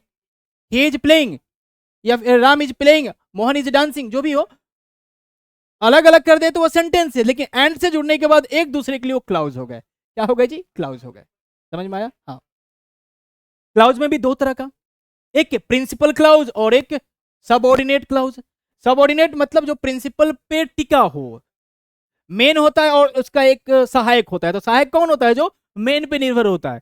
मेन पे अगर प्रॉब्लम आए तो वो खुद झेलेगा, सहायक पे प्रॉब्लम आएगा तो वो मेन के पास जाएगा, मतलब उस पर वो डिपेंड है। तो उसको डिपेंडेंट क्लाउज भी कहते हैं, सबऑर्डिनेट क्लाउज भी कहते हैं। ठीक है जी। हाँ, जो मेन होता है उसको प्रिंसिपल क्लाउज या फिर इंडिपेंडेंट क्लाउज कहते हैं। तो क्लाउज भी दो तरह का होता है। ठीक है जी। अब मैंने कहा कि राम इज प्लेइंग, अब मोहन इज डांसिंग, एंड से जोड़ा, तो ये दोनों डिपेंडेंट क्लाउज है। दोनों क्या है, डिपेंडेंट है। लेकिन यदि कहूं कि जब मैं खेल रहा था वो पढ़ रहा था, when I was playing he was reading. अब वेन वाला पार्ट जो है ये कंडीशनल है और ऐसे पार्ट को कहते हैं, अगर वेन मतलब अगर लिख के छोड़ दे केवल वेन आई वाज प्लेइंग, तो कोई देखेगा तो कहेगा इसका मतलब वेन जब मैं पढ़ रहा था, इसमें कुछ और है, कुछ और है जो कि सेंटेंस को पूरा करेगा। मतलब ये जो सेंटेंस है अधूरा है, और ये अधूरा सेंटेंस है जो सबऑर्डिनेट क्लाउज है। ठीक है, जो सेंटेंस आके पूरा सेंटेंस को पूरा कर दे, अर्थ पूरा कर दे, वो हो जाएगा प्रिंसिपल क्लाउज। तो वेन से इफ से जुड़ने वाला जो होता है सबऑर्डिनेट क्लाउज, वेयर से भी जुड़ने वाला। अब तो ये तो आपको क्लाउज पता चल गया, सेंटेंस स्वतंत्र होता है, क्लाउज जो उस पर डिपेंड रहता है। ये दो सेंटेंस जब कनेक्टर से जुड़ जाए तो दोनों एक दूसरे के लिए क्लाउज का काम करता है। फ्रेज, इन दोनों में सब्जेक्ट वर्ब होता है, लेकिन फ्रेज जो है इनसे अलग है, इसमें सब्जेक्ट वर्ब आपको देखने को नहीं मिलेगा। सब्जेक्ट और फाइनाइट वर्ब आपको देखने को नहीं मिलेगा, जैसे ही इज नहीं देखने को मिलेगा, दे आर देखने को नहीं मिलेगा। इसमें क्या दिखेगा, तो वर्ड का ग्रुप मिलेगा। वर्ड का ग्रुप तो इसमें भी है, लेकिन वो वर्ड का ग्रुप सब्जेक्ट और वर्ब के रूप में भी है, होना चाहिए, तभी ये जाके बनेगा सेंटेंस और क्लाउज। परंतु इसमें वर्ड का ग्रुप रहेगा लेकिन वो सब्जेक्ट वर्ब वाला नहीं रहेगा। जैसे अगर कहते हैं in the garden, in the garden, in the garden, अब ये क्या है जी, तो ये हो गया फ्रेज। क्या हो गया, फ्रेज। ऑन द टेबल, क्या हो गया जी, phrase. By the end of the, ये क्या हो गया जी, फ्रेज। मतलब शब्दों का समूह, परंतु उसमें प्रॉपर सेंस ना हो या फिर कंप्लीट सेंस ना हो, वो शब्दों का केवल समूह है। इन द गार्डन कहने से आप क्या समझिएगा, कुछ नहीं समझिएगा जब तक किसी सेंटेंस से उसे कनेक्ट नहीं करते। ठीक है, तो शब्दों का समूह जो है वो कहलाता है फ्रेज। अब देखिए जरा सा, अब इसमें क्या है, हिज परस्यूरर्स कुड है, मतलब सब्जेक्ट भी है वर्ब भी है। सब्जेक्ट जब वर्ब है तो ये तो फ्रेज नहीं होगा, इसको हटा दीजिए। अब क्लाउज होगा, एडजेक्टिव क्लाउज होगा या फिर, अब देखिए, अब दोनों में बीच में कनेक्टर है ना, ये जोड़ रखा है ना दोनों को, तो जब जोड़ रखा है तो ये सेंटेंस नहीं, ये क्लाउज है, ये तो कंफर्म हो गया। तो फिर नन ऑफ द एबव के साथ तो हम नहीं जाएंगे, ये नहीं होगा। सेंटेंस समझा है, कुछ समझ में आया, क्या समझ में आया कि सेंटेंस समझ लिए तो ये तो पता चल गया कि ये सेंटेंस नहीं है। केवल जब सेंटेंस नहीं है तो ये ऑप्शन नहीं होगा। मतलब हर ज्ञान जो है आप अप्लाई करेंगे, जितना भी आपके पास ज्ञान होगा उसको अप्लाई करके हम ज्यादा से ज्यादा ऑप्शन को बाहर निकालने की कोशिश करेंगे, और ये भी बेस्ट वे है एमसीक्यू से लड़ने का। ठीक है जी, तो ये ऑप्शन तो छट गया। अब चूंकि ये भी छट गया और ये भी छट गया, अब बचा मोर देन वन। अब चूंकि ये एडवर्ब और एडजेक्टिव है, तो ये तो कंफर्म है कि या तो ये एडवर्ब क्लाउज होगा या तो एडजेक्टिव क्लाउज होगा, दोनों नहीं हो सकता है। दोनों नहीं हो सकता है क्योंकि दोनों अलग अलग चीजें हैं। दोनों नहीं हो सकता है तो ये भी ऑप्शन छट गया। अब इसी में से एक होगा। अब देखिए जरा सा, एडजेक्टिव क्लाउज क्या होता है, तो वो नाउन की विशेषता बताने के लिए आता है, प्रोनाउन की विशेषता बताने के लिए आता है। जैसे जैसे अगर कहते हैं he is the boy, he is the boy, he is the boy who can do it. अब क्या है जी, हु कौन कर सकता है, ये किसके लिए, हु कैन डू इट कौन कर सकता है, तो बॉय कर सकता है। यानी कोई नाउन की विशेषता बताने के लिए, नाउन को क्वालिफाई करने के लिए सेंटेंस आया है, तो वैसे स्थिति में नाउन की विशेषता बताने वाला कौन होता है, एडजेक्टिव होता है, तो ये हो जाएगा एडजेक्टिव क्लाउज। अब रही बात की, ये तो भाई नाउन की विशेषता बताने के लिए आया तो एडजेक्टिव क्लाउज हो गया। एडवर्ब क्लाउज कौन होगा जी, तो एडवर्ब आमतौर पे समय बताने का काम करता है, स्थान बताने का काम करता है, कोई कार्य कितनी दफा हुआ है, हमेशा हुआ है कि 2 बार हुआ है, 3 बार हुआ है, यानी फ्रीक्वेंसी ऑफ एक्शन बताने का काम करता है। तो अब देखिए वेयर क्या बताने का काम कर रहा है, प्लेस बताने के लिए, प्लेस का जानकारी लेने के लिए या बताने के लिए कह लें। तो ऐसी स्थिति में ये हो जाएगा हमारा एडवर्ब क्लाउज। बोलिए समझे कि नहीं समझे? नाउन क्लाउज भी होता है जो सब्जेक्ट बनने का काम करता है। ठीक है, तो हाँ 3 तरह का क्लाउज मुख्य रूप से, नाउन क्लाउज, एडजेक्टिव क्लाउज और एडवर्ब क्लाउज। ठीक है, हाँ वो हम जब पढ़ेंगे ना फाउंडेशन में, मतलब फाउंडेशन कह रहे हैं, इसके लिए जब कोर्स हमने बना के रखा है उसमें एकदम बेहतर तरीके से डिजाइन करके रखा है। और ये तो मैं मैराथन में ही समझा दिया था बच्चों को, और वहां अच्छी तरह से बच्चे समझ गए थे। वीडियो कुछ लंबा हो रहा है आई थिंक, जल्दी जल्दी करते हैं, है ना? 50 मिनट हो गया, चलिए आगे बढ़िए। अब चूंकि क्या है ना कि मेरे साथ यही समस्या है, हम चीज़ों को जब तक तोड़ते नहीं है, फोड़ते नहीं, आगे बढ़ते नहीं है। और यही तोड़ फोड़ जो है आपको बीपीएससी में नंबर दिलवाएगा। कॉन्फिडेंस के साथ आप कहिए कि मैं तो भाई पास हो जाऊंगा, मेरा नौकरी तो लग रहा है। नहीं तो अगर उधर से कम करके नंबर दे देता है, सपोज सपोज ऐसा तो होगा नहीं। बाय द वे एक और चीज, एक महत्वपूर्ण सूचना जो कि इसके लिए मुझे एक अलग वीडियो बना ही देना चाहिए था। लगातार जो है कुछ फ्रड जो है कॉल कर रहे हैं, दलाल जो है कॉल कर रहे हैं, मीडिएटर जो है कॉल कर रहे हैं, और कह रहे हैं कि भैया आप फलना तारीख को एग्जाम दिए थे, आपका ये नाम है, आपके पिताजी का नाम ये है, आपका जो एस्टेट में नंबर इतना आ रहा है। मतलब वो अराउंड जो है 55 बताएंगे, 58 बताएंगे या 60 के नीचे बताएंगे, ताकि आपको लगे कि भैया कुछ नंबर से जो है मेरा रिजल्ट रुक रहा है लगता है। तो आगे आगे क्या, तो आगे यदि आपको काम करवाना है तो फिर जो है आपको इतना पे करना पड़ेगा। कोई 40 मांग रहा है, कोई 20 मांग रहा है, कोई 25 मांग रहा है, और उसमें आधा जो है इंस्टेंट अभी डालना पड़ेगा, तभी आपका काम होगा। सामने आके दीजिए तो ना, सामने आके नहीं, फोन पे देना पड़ेगा। तो वैसे लोगों से अलर्ट रहना है। आपकी भी नंबर आ सकती है, बहुत लड़कों के पास कॉल आ चुका है, ठीक है ना? तो वैसे नंबरों से अलर्ट रहना है। ऐसा कुछ नहीं है कि बीपीएससी के लोग आपको कॉल करेंगे, बिहार बोर्ड वाले कॉल करेंगे, ऐसा कुछ नहीं है। ऐसा कभी नहीं होने वाला। ये बीच वाले लोग हैं जो कि हो सकता है किसी सेंटर से टाई अप होके, हो सकता है वो नंबर उनको मिल गया हो, डिटेल्स आपका मिल गया हो, और वो ये काम कर रहे हैं। सो बी अलर्ट, किसी को पैसा देने की जरूरत नहीं है, ठीक है जी। और ऐसे क्वेश्चन के साथ अगर आप लड़के झगड़ के बना के आइएगा तो फिर पैसा देने की तो जरूरत ही नहीं है। आपके दिमाग में होगा कि भैया मैं पास हो रहा हूं, कंफर्म है, कोई कॉल कर दे कोई फर्क नहीं पड़ेगा, ठीक है जी। तो ये नहीं दिमाग में रखना है कि अगर पैसा नहीं देंगे तो हो सकता है वो अंदर का आदमी होगा तो नंबर काट देगा। भैया अंदर का आदमी नहीं है, एकदम 100% वो अंदर का आदमी नहीं है। वो कोई ब्रोकर है, वो कोई चालबाज है, फ्रड है, हैकर है। समझ सकते हैं ना? हाँ,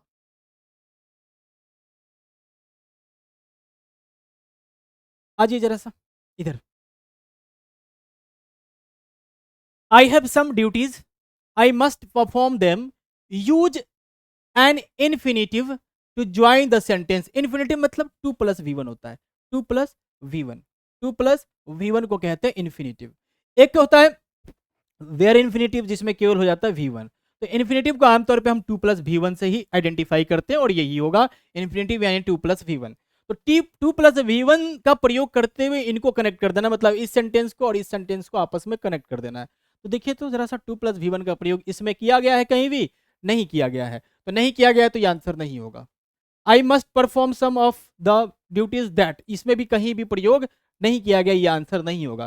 क्योंकि 2 प्लस V1 का स्पष्ट तौर पे लिख दिया है कि इन्फिनेटिव का प्रयोग करना है, तो जहां किया होगा वही ना आंसर होगा। दूसरे के साथ हम क्यों जाएंगे? दूसरे के साथ हम क्यों जाएंगे? सो आंसर क्या हो जाएगा जी? सी नंबर हो जाएगा। चलिए आगे बढ़िए। He deserve to succeed, he failed. Use an adverb और एन एडवर्बियल फ्रेज। एडवर्ब का प्रयोग करते हुए या एडवर्बियल फ्रेज का प्रयोग करते हुए आपको इस सेंटेंस को इस सेंटेंस के साथ कनेक्ट करना है, जोड़ना है, ठीक है जी, टू ज्वाइन द सेंटेंसेस। अब देखिए जरा सा एडवर्ब या एडवर्बियल फ्रेज का प्रयोग करते हुए, तो अब he deserve to succeed but failed, इसमें कहीं भी आपको एडवर्ब दिख रहा है? ये भी एक क्लाउज और ये बट के साथ ये भी एक क्लाउज, कहीं एडवर्ब आपको नहीं दिख रहा है। ही फेल्ड अनडिजर्वली, ये एक फ्रेज दिख तो रहा है, एडवर्ब का प्रयोग किया गया है। इसमें भी ये कनेक्टर है, इसमें भी ये कनेक्टर है, कहीं भी एक कनेक्टर होता है कंजंक्शन। सो कहीं भी एडवर्ब का किसी में प्रयोग नहीं है, एक इसी में प्रयोग है। सो आंसर हो जाएगा ये नंबर, यानी बी नंबर। बोलिए कोई दिक्कत, कोई परेशानी? कोई दिक्कत कोई परेशानी नहीं होनी चाहिए, ठीक है ना? बिना मतलब का दिमाग नहीं लगाना है, जहां लगना है वहां तो लगा ही रहे हैं हम लोग। Her husband died, she heard the news, she fainted. Her husband died, उसके पति मर गए, सी हर्ड द न्यूज, उसने न्यूज सुना, सी फेंटेड, वो बेहोश हो गई। Use a preposition with a noun और gerund to join the sentences. मतलब प्रेपोजिशन का प्रयोग करना है। प्रेपोजिशन का प्रयोग करना है किसके साथ जी? तो नाउन के साथ करना है या फिर जेरंड के साथ करना है। जेरंड कहने का मतलब वी फॉर फॉर्म, आमतौर पे ध्यान रखिएगा। तो या तो नाउन डालिए या तो वी फॉर फॉर्म डालिए अगर वर्ब डालना है तो। इसका प्रयोग करते हुए हमको क्या करना है जी? सेंटेंस को, इन तीनों सेंटेंस को आपस में कनेक्ट करना है। तो बताइए जरा सा, she fainted, she fainted when, she fainted,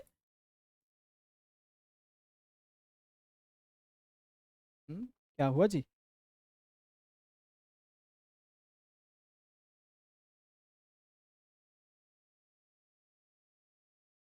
चलिए, तो she fainted when she heard the news of her husband's death.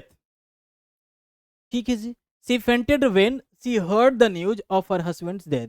वो बेहोश हो गई जब उसने सुना अपने पति का मृत्यु। ऑफ प्रेपोजिशन का प्रयोग हुआ है, ऑफ हर न्यूज।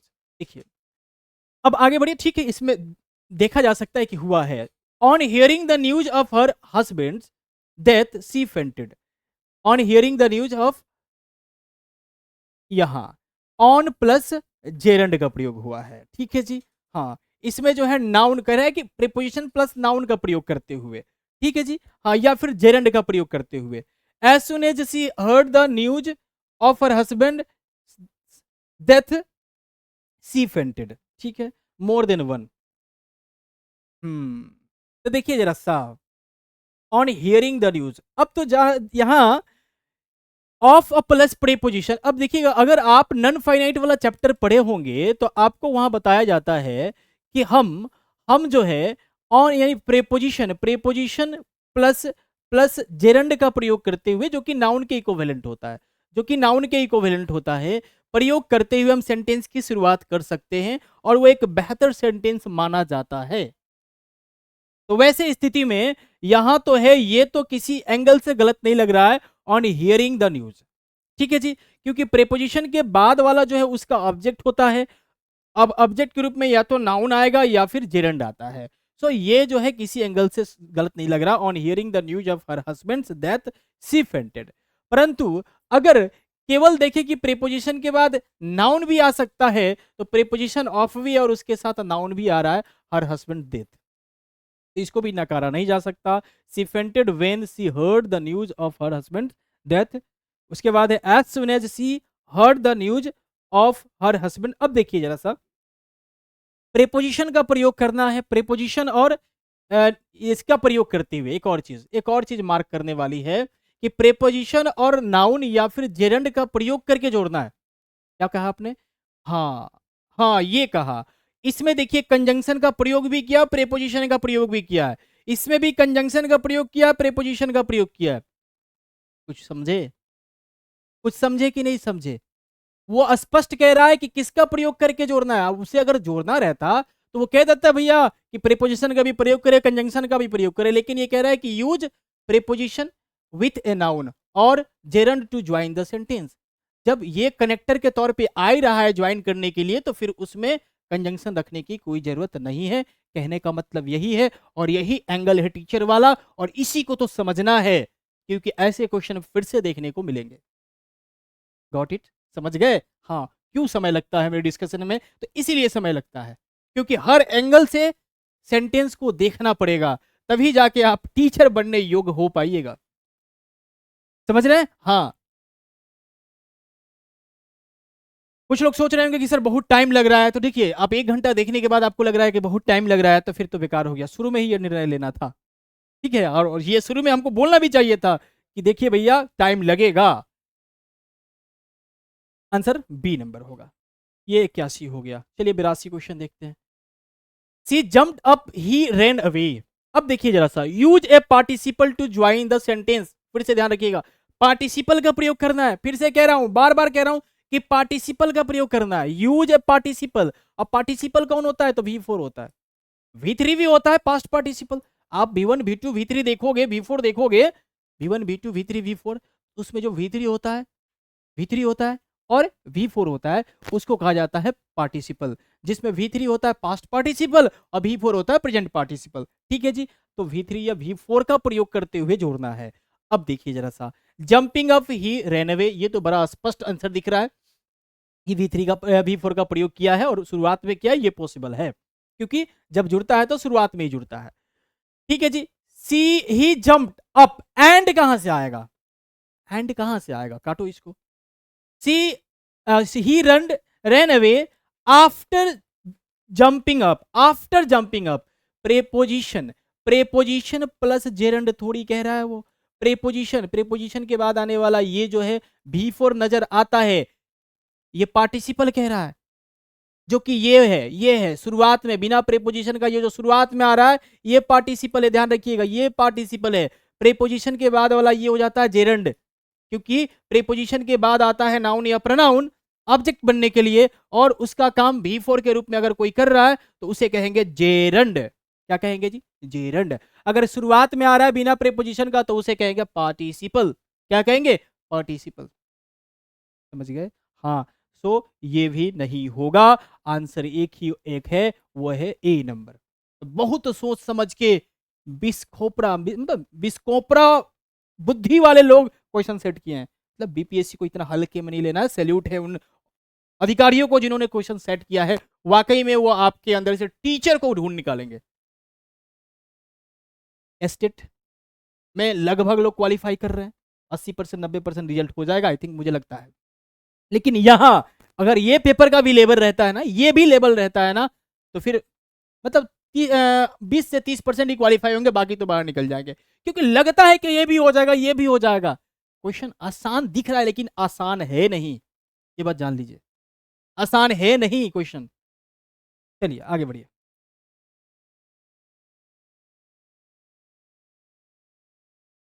देखिए तो जरा सा,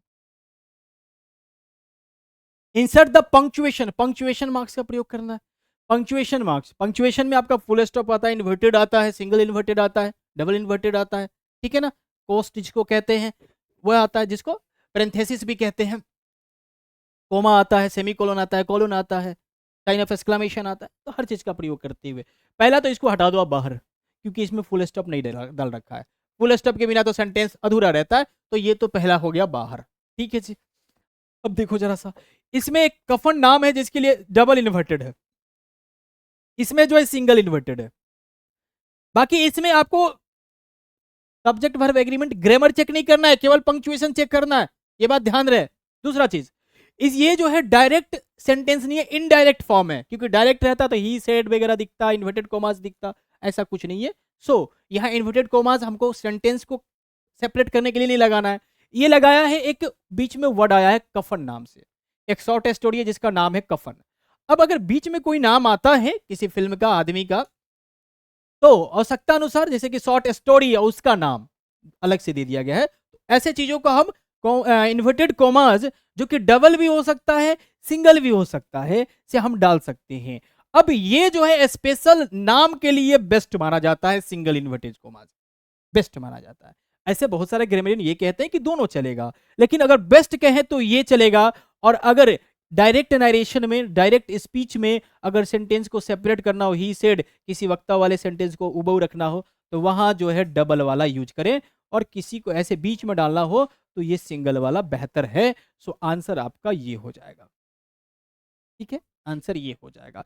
आंसर मोर देन के साथ भी आप जा सकते हैं, परंतु यही बेहतर होगा, मोर देन भी दिया जा सकता है। ये जो क्वेश्चन है थोड़ा सा जो है, हाँ, कंट्रोवर्सी पैदा कर सकता है अगर बहस हो तो, क्योंकि मेरे पास इसका प्रूफ है कि ये दोनों होता है, और वो भी अंग्रेजी माध्यम के पुस्तकों में इसका प्रूफ है, तो दोनों होता है। ठीक है, ये भी, ये ठीक है बेस्ट है, लेकिन इसको भी नकारा नहीं जा सकता। तो आंसर इसका डी भी अगर हो तो हो सकता है, लेकिन आंसर उन्होंने ये दिया है, चलिए हम एक्सेप्ट कर लेंगे। ठीक है जी, चलिए आगे बढ़िए। आइए जरा सा, कह रहा है कि if he is at home, यदि वो एट घर पे है, आई शेल सी हिम, मैं उसे देखूंगा, मिलूंगा, सॉरी मिलूंगा, यहाँ है। इट इज है, क्या है ये, सिंपल सेंटेंस है, कंपाउंड सेंटेंस है, कॉम्प्लेक्स सेंटेंस है। पहले तो आपके सेंटेंस का ये जो 3 मुख्य पार्ट है, एक और पार्ट होता है कंपाउंड कॉम्प्लेक्स, वो जानना होगा। तो ये इतना आसानी से तो आप समझ नहीं पाइएगा, लेकिन अगर हल्के में मैं आपको समझाने की कोशिश करूँ, तो मैं कह सकता हूँ कि इसमें जो है कोई कनेक्टर आपको नज़र नहीं आएगा, एक सिंगल सेंटेंस दिखेगा। मतलब एक सब्जेक्ट दिखेगा, सब्जेक्ट की संख्या 1 होगी और एक आपको वर्ब दिखेगा। क्या दिखेगा जी? एक वर्ब, यानी जो एक फाइनाइट वर्ब है वो आपको दिखता है। जैसे कहते हैं he comes here, they goes here, they are playing there, ठीक है? हाँ, ऐसा भी हो सकता है they are playing and running there. Playing and running दोनों हो सकता है। तो वैसे में एंड तो आ रहा है, लेकिन प्लेइंग और रनिंग को जोड़ने के लिए आ रहा है। सब्जेक्ट तो आपका दे आर, एक सब्जेक्ट एक वर्ब है, तो इसको भी हम सिंगल सेंटेंस ही कहते हैं। कंपाउंड सेंटेंस तब होता है जब दो सब्जेक्ट, दो फाइनाइट वर्ब अलग अलग सेंटेंस बनाते हैं और एंड से जुड़ते हैं। जी हाँ, एंड से जुड़ते हैं, और से जुड़ते हैं, बट से जुड़ते हैं, एट से जुड़ते हैं, सो से जुड़ते हैं, फोर से जुड़ते हैं, फेन बॉय आगे हम बताएंगे से जुड़ते हैं, तो उनको हम कहते हैं कंपाउंड सेंटेंस। और ऐसी स्थिति में इसमें दो प्रिंसिपल क्लाउज होता है, दो प्रिंसिपल क्लाउज होता है। कॉम्प्लेक्स सेंटेंस जिसमें एक सबऑर्डिनेट क्लाउज और एक प्रिंसिपल क्लाउज होता है, और वो जो है फेन बॉय से अलग। ये देखिएगा, ध्यान से देखिएगा, ये जो है फेन बॉयज, फेन बॉयज कहने का मतलब क्या हुआ? एफ से हो गया फोर, ए से हो गया एफ ए एन, ए से हो गया ए, एन से हो गया आपका एंड, ए एंड, सॉरी ए से हो गया एंड, एन से हो गया नोर, ठीक है जी। बी से हो गया आपका बट, ओ से हो गया वाई है ना, तो ओ से हो गया और, वाई से हो गया एट, और एस से हो गया सो। तो ये जो सात है, ये जो सात है, इनसे अगर कनेक्ट हो रहा है दो सेंटेंस, तो आप समझ जाओगे कि वो कंपाउंड है। क्या है जी? कंपाउंड है। इनके अलावा किसी से कनेक्ट हो रहा है, जैसे इफ से हो रहा है, पहले देखे थे वेयर से हुआ है, वेन से हुआ है, एज सुन एज से हुआ है, एज लॉन्ग एज से हुआ है, बिफोर से हुआ है, आफ्टर से हुआ है, तो वो हो जाएगा हमारा क्या? Complex sentence. बोलिए, समझे कि नहीं समझे? समझे कि नहीं समझे? इसमें तो एक सब्जेक्ट रहता है, एक फाइनाइट वर्ब होता है। तो अब बताइए ये सेंटेंस क्या होगा? ये होगा आपका कॉम्प्लेक्स सेंटेंस, यानी सी नंबर होगा। बहुत अच्छा, बहुत बढ़िया, आगे बढ़िए। यू मस्ट हरी और you will miss the train. अब बताइए ये कौन सा सेंटेंस अभी ना बताए, फेन बॉय वाला रूल, ये हो जाएगा हमारा कंपाउंड सेंटेंस। ठीक है, कोई परेशानी, कोई दिक्कत? और उम्मीद करता हूं कि यहां तक आप बढ़िया से समझ गए होंगे। हाँ, यहाँ तक आप बढ़िया से समझ गए होंगे। अब इसके आगे क्या है, क्योंकि समय हो गया है अब 1 घंटा से ज़्यादा ही, तो मैं अब इसका एक दूसरा पार्ट लेके आऊँगा, क्योंकि चीज़ों को जब तक मैं तोड़ूंगा नहीं तब तक छोड़ूंगा नहीं, क्योंकि मुझे जब तक सेटिस्फेक्शन नहीं होगा, मैं आपको कैसे सेटिस्फाई कर पाऊंगा। ठीक है जी, आपके बेहतर से बेहतर कमेंट की कामना करता हूँ, आएगा। अगर आपको बेहतर लगा होगा, आपने चीज़ों को बारीकी से समझा होगा, कितना आपको फ़ायदा पहुंचाएगा आप उसका अनुमान लगा सकते हैं। मैंने अपने तरफ से 100% देने की कोशिश की है।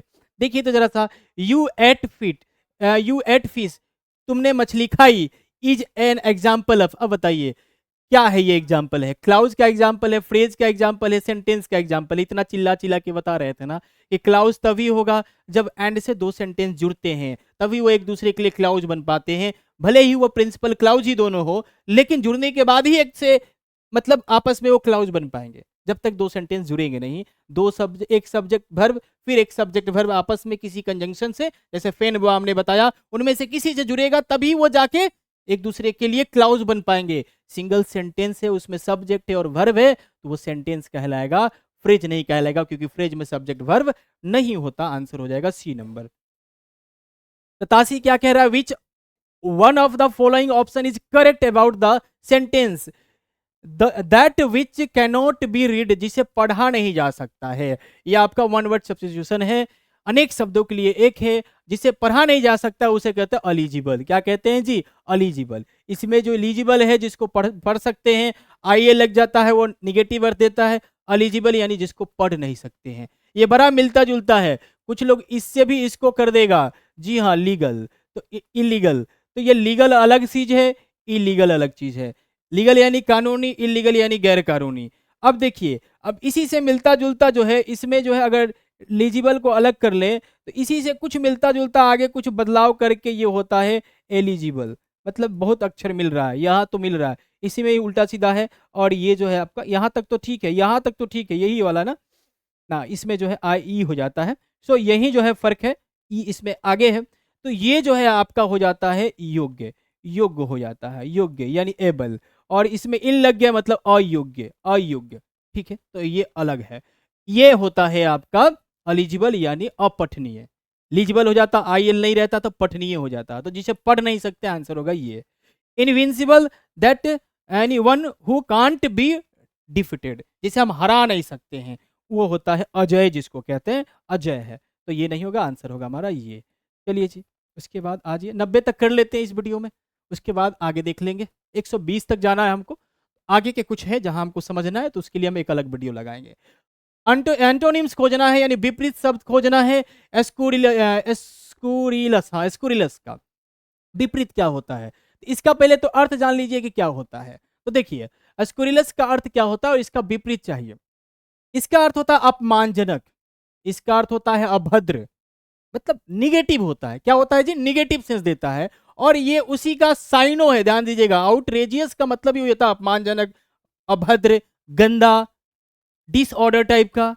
ठीक है, हाँ। डिसेंट का मतलब तो अच्छा, साफ सुथरा, नेक दिल का। मॉडरेट का मतलब ही नरम। तो अब बताइए इसका साइनो एंटो जो है, ये दोनों निकल के आ रहा है, ये दोनों निकल के आ रहा है जनाब। अक्सर हम लोग जब एसएससी वाले बच्चों को पढ़ाते हैं तो कहते हैं कि जब दो साइनो दिख जाए समझ ले वो आंसर नहीं होने वाला है, अलग आंसर होगा, वो दोनों नहीं होगा। लेकिन लेकिन यहाँ ये जो मोर देन वन वाला है ना, ये बड़ा चैलेंजिंग है और ये टीचर ओरिएंटेड है। जी हाँ, ये टीचर ओरिएंटेड है, क्योंकि कह रहा है ना कि एक से ज्यादा भी हो सकता है। सो एक से ज्यादा आंसर क्या होगा जी, ये डी होगा। मजा आ रहा है ना करके। हाँ, चलिए आइए, तो अब 2 क्वेश्चन बचा हमारा, यहाँ 90 तक ही करेंगे हम इस वीडियो में, उसके बाद इसका पार्ट 3 रहेगा। आई लेफ्ट दैट, वो भी हम कोशिश करेंगे आज शाम शाम तक हो जाए। आई लेफ्ट दैट हाउस, इसमें कह रहा है what is the underline word that, that क्या है जी। अब देखिए यहाँ डेमोन्स्ट्रेटिव देख के ना बहुत लोग पसंद कर लिए होंगे, भैया डेमोन्स्ट्रेटिव है। अब डेमोन्स्ट्रेटिव प्रोनाउन है या एडजेक्टिव है, ये भी तो समझना है ना, क्योंकि अधिकांश जो प्रोनाउन है, चाहे डेमोन्स्ट्रेटिव हो, डिस्ट्रीब्यूटिव हो, इंडेफिनिट हो, ये एडजेक्टिव भी होता है और प्रोनाउन भी होता है। अंतर होता है, अंतर होता है। अगर हम कह रहे हैं कि दिस पेन कह रहे हैं, इज रेड कह रहे हैं, ध्यान दीजिएगा, इज रेड कह रहे हैं, और कह रहे हैं दिस इज और रेड पेन कह रहे हैं, ध्यान दीजिएगा। वैसे में ये दिस पेन के साथ जो चिपका हुआ है, ये आपका एडजेक्टिव है। अब डेमोन्स्ट्रेटिव हो या कुछ भी हो, ऐसे तो ये डेमोन्स्ट्रेटिव है, लेकिन अगर कुछ भी हो, हम बात यहाँ एडजेक्टिव और प्रोनाउन को आइडेंटिफाई करने की बात कर रहे हैं।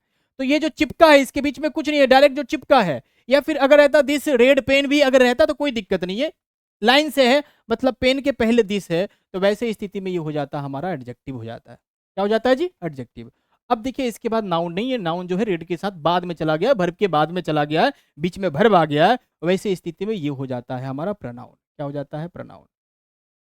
तो यहाँ क्या है, आई लेफ्ट दैट हाउस, मतलब ये हाउस के साथ चिपका हुआ है। किसके साथ चिपका हुआ है जी, हाउस के साथ चिपका हुआ है। तो वैसे स्थिति में ये जो हमारा एडजेक्टिव है, क्या है जी, एडजेक्टिव है। और यहाँ डेमोन्स्ट्रेटिव प्रोनाउन दे रखा है, बड़ा बारीकी से क्वेश्चन सेट किया गया है, एडवर्ब और नाउन होने की कोई गुंजाइश नहीं है। सो आंसर हो जाएगा कौन सा जी, हाँ ये डेमोन्स्ट्रेटिव प्रोनाउन दे रखा है, मतलब ये भी नहीं होगा, आंसर होगा none of these, none of the above. इतना चैलेंजिंग है, अधिकांश बच्चे डेमोन्स्ट्रेटिव प्रोनाउन मार के आए होंगे, मुझे पता है, क्योंकि वो देखे होंगे केवल ये, बाकी सब तो लग रहा नहीं होगा, प्रोनाउन पे उनका ध्यान गया होगा, नहीं गया होगा, मार के चले आए होंगे। आइए जरा सा यहाँ देख लेते हैं, करेक्टली स्पेल्ड, ये तो आप एस्क्रोनाइज सिंक्रोनाइज का ये सही स्पेलिंग होता है, बाकी आप चेक कर लीजिए। ठीक है जी, तो 90 तक इस वीडियो में, 90 के बाद जो है 51 से 91 से लेकर 120 जो है इसके नेक्स्ट पार्ट में करेंगे। तो कैसा लगा एक्सप्लेनेशन, समझे, सेटिस्फाई हुए, कमेंट करके जरूर बताइएगा। फिर मिलते हैं अगले वीडियो में, गुड बाय।